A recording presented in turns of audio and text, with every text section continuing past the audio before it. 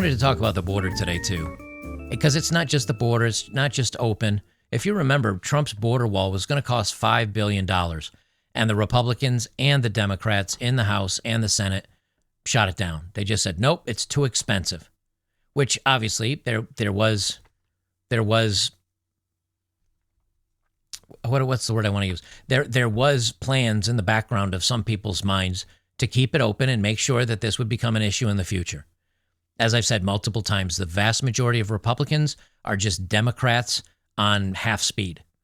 And so a lot of people wanted to punish Trump because they thought it was going to be Hillary.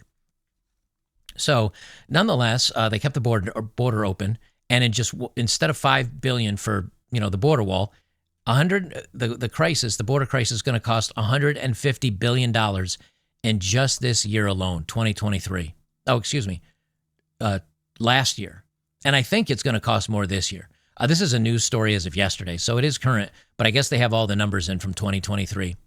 And this is causing some areas to cut police and fire services. So you're less safe because you have less police, less firemen, because they're running out of money at the state level. The eye-watering financial cost of the migrant crisis hit $150 billion last year and is causing devastating consequences for residents of hard-hit cities struggling to cope with the influx, the Post has learned. Of that figure, calculated by Washington, D.C.-based nonprofit Federation for American Immigration Reform, $67 billion came from the federal government, but the majority of the burden was shouldered by states and local governments. And you can see 10 state offices which received the most fund. New York City Office of Management and Budget, $81 million. This is where all your money's going, everybody.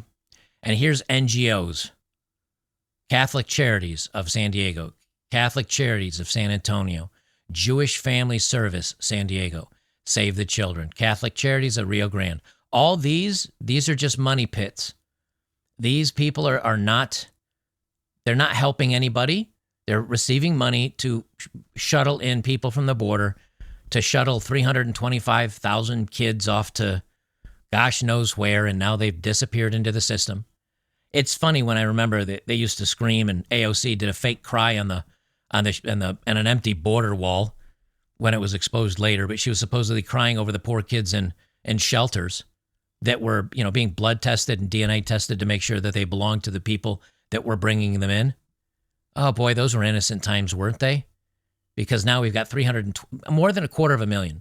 Like, I don't know, take a big sports stadium. What's that, 75? Imagine, take a picture of one of these football stadiums with 75,000 kids in there, and then multiply that by 4.5. That's how many kids are just missing. Boy, and where's AOC? Oh, she's not talking about it at all. What a shock. Before we get in any further, let me quickly read today's ad from our very, very good friends over at TWC Health. The world feels like it's on the edge right now. Tensions over the upcoming elections and economic instability, supply chain shortages, pending war, and health threats popping up left and right. With talk of a new pandemic on the horizon, if you're waiting for the medical industrial complex to protect you and your family when things go sideways, you're making a huge mistake. You have to take care and take action and be prepared. That's why you need the Wellness Company's Contagion Emergency Kit. It's a lifesaver put together by real experts like Dr. Peter McCullough. Inside, you've got medications like ivermectin, hydroxychloroquine, budesonide, and even a nebulizer. These are critical medications to treat respiratory illnesses and so much more, especially heading into flu season. Can you imagine when you need life-saving medications and are told no by a pharmacist? Don't let anybody play gatekeeper with your health. Just a few clicks and the kit is delivered right to your door. This is peace of mind for you and your family in uncertain times. You can get yours today by heading to twc.health/oddmanout and use code oddmanout for $30 off and free shipping. That's twc.health/oddmanout, code oddmanout for $30 off and free shipping. Be ready, not reactive. Get your kit today and take control of your health. Fair estimates that there were at least 15.5 million illegal alien residents in the country at the beginning of 2022, with federal funding amounting to $3,187 per migrant per year, an increase of 45% since their last survey in 2017. Of the federal government's $67 billion spent in 2023, more than $6.6 billion was earmarked for education and over $25 billion was doled out in medical costs. Federal welfare programs ate up $11.5 billion, and law enforcement costs were $23.1 billion, according to the 91-page fiscal burden of illegal immigrations of the United States taxpayers of 2023. They point out that this is just the tip of the iceberg when it comes to migrant spending, as state and local expenditure is far higher. Lots of pictures, lots of immigrants. But because each state, city, and county approaches migrant relief differently, it's hard to estimate the full cost per migrant. However, the struggle certain communities face help show how much havoc the crisis is wreaking on ordinary citizens. In New York City, more than 210,000 migrants have traveled to the city since the spring of 2022. Now, I think New York City is, 11 million people? Something like that. So that's, 1.1 million would be 10%. So this is about, 1 or 2% now of New York City's population is migrants, but they all came in just 1 year. As the Post has reported, under the sanctuary city's right to shelter policy, 150 hotels are currently providing food and rooms for the migrants who receive between 30 and 60 days of free housing with laundry facilities and help with childcare. What they don't tell you is shortly after this, they're just dumped out on the street. That's it. They're just dumped out on the street. There you go. And now they're basically hanging around and robbing people, and Trendagua has started up its criminal, and they're selling drugs, they're stealing things. So there you go. Congratulations, New York City. The overall cost to housing asylum seekers per night is $352 in spending for 2023, and 2024 is set to surpass a staggering $2.3 billion. To pay for it, Mayor Eric Adams announced budget cuts at the end of 2023 of 5% across all city agendas. That included certain cuts to New York City's police department, fire department, which were walked back 3 months later, as well as $58 million cuts from the New York City library funding, because who needs to read, $53 million to city cultural institutions, which is all those lefty arts, arts and all that, and the music and the theaters and all that, and millions taken from early childhood programs. So they're literally taking money that's meant to help the children of New York City and giving it to illegal immigrants. Congratulations, New York City. Funding for some of those venues is expected to be restored in 2025, which it won't be. New York City did receive aid through the Federal Emergency Management Agency, which started a shelter and service program in fiscal 2023 to address the migrant surge.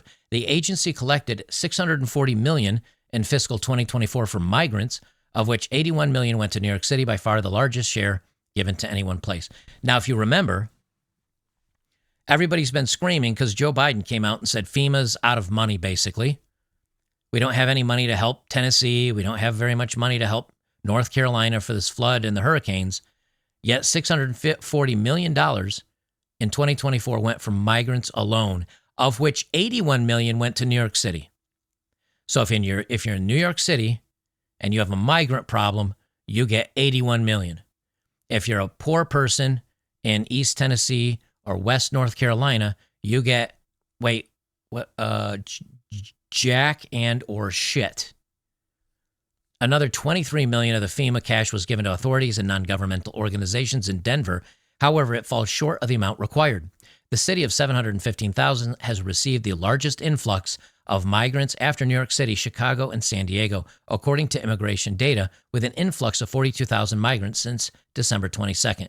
Denver, Colorado has already spent $70 million on caring for those migrants and introduced an initiative to spend another $90 million in April this year, according to local reports. Why are these cities willing to pay for all of this money for the immigrants? For voting. The Democrats want to make California, which is a super Democrat majority, but it used to be red. Ronald Reagan was the governor of the state. What was it, back in 1976, 1978? And then he became president in 80 and 84. So I think that was the years he was president. Anyway, how did they flip it from red to blue? Because they brought in immigrants. And then they said, we'll take more immigrants and more. And now Republicans have no choice. Like, you can vote, but you're definitely not getting anything Republican other than at most a mayor in some of the red cities. That's the best you can hope for. Maybe, a couple of conservatives in there. And now they want to do it to Colorado and Texas and New York and. this might work for an election or two. But once the immigrants are here for a certain amount of time, we're going to go bankrupt. And then everything starts to fall apart. And then we start feeling like, I'm not going to say Venezuela, but we certainly start feeling like a pretty rough country. Now imagine you coming from a rough country where you know the culture and you were raised and you know the locals and you know the system and you know everything. And you come here and it's utopia in the beginning. Well, you want to stay. You want to vote for the people that are giving you the things.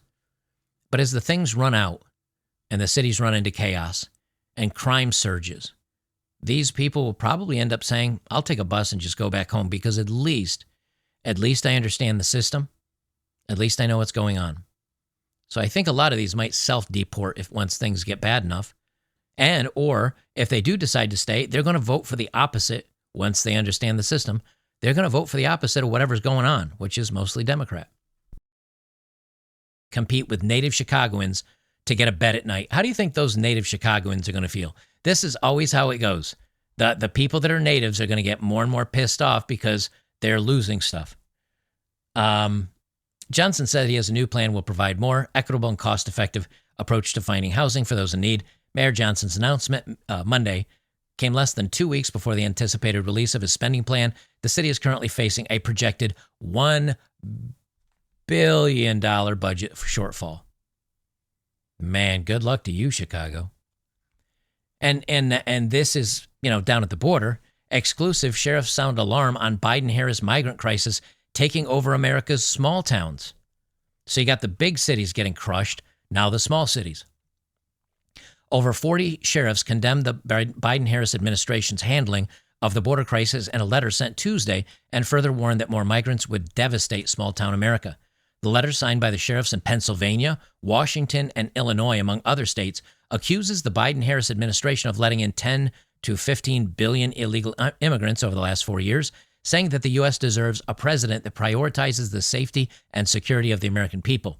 By securing the border from illegals and drugs, U.S. Customs and Border Protection has encountered over 7 million migrants since Joe took office. None of the 19,500 American cities, towns, or villages is safe from the crisis, and no community is immune to the impact, the letter said. Every town is a border town. The president alone can act to fix the crisis. The president can suspend or restrict the entry of non-citizens if it is deemed in the national interest, proclaim a national emergency along the border, and redirect federal funds to constitute a border wall. The Biden-Harris administration has done none of these, and we're seeing the consequences. Sheriff James Custer of Fayette County, Pennsylvania, told the Daily Caller that the News Foundation that a surge in fentanyl has rocketed in the country of approximately 130,000 people. Oh, in his county. His county. I've seen this trend. It's been going on for over the last 3 years, the fentanyl crisis that has come from access of our southern borders. Our overdose deaths rose each year, Custer told the DCNF. Now we are in a slight decline this year, but we have several deaths pending toxicology reports. There were 107,543 drug overdoses in 2023 across the U.S. 74,000 of those may have been fentanyl. As your sheriffs, we stand ready to do our part in protecting our communities, but we need the president to act, the letter reads. The lives of Americans depend on it. I'll tell you right now, and they go on and they say, all the problems with the border. I'll tell you right now, if Harris gets in, she doesn't want to close the borders. She's said so. She wants to let them here, and then she wants to hire more people to process them and make them legal citizens. Another 4 years. We have, I want to say, 330 million Americans here. They say they think the number's as high as 20 million. That's not quite 10%. What's that, 7% maybe? And then they're going to ramp it up the next 4 years if Harris is in charge because she wants to get more CBP, not to stop things, but to process more and get them into the country faster. And that's it. That's it. It's game over at that point. Then you're going to be looking at 15% of your population that are unvetted, unchecked from all over around the world. Crime is going to skyrocket. Joblessness, skyrocket. Homelessness, skyrocket. And who's it going to affect? It's going to affect our poorest.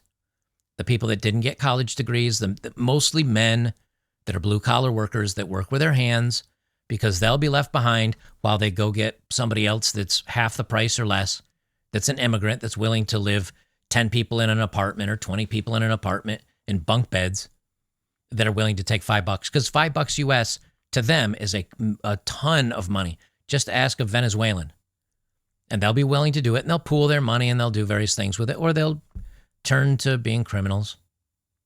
It'll quickly become the end of us, let me tell you.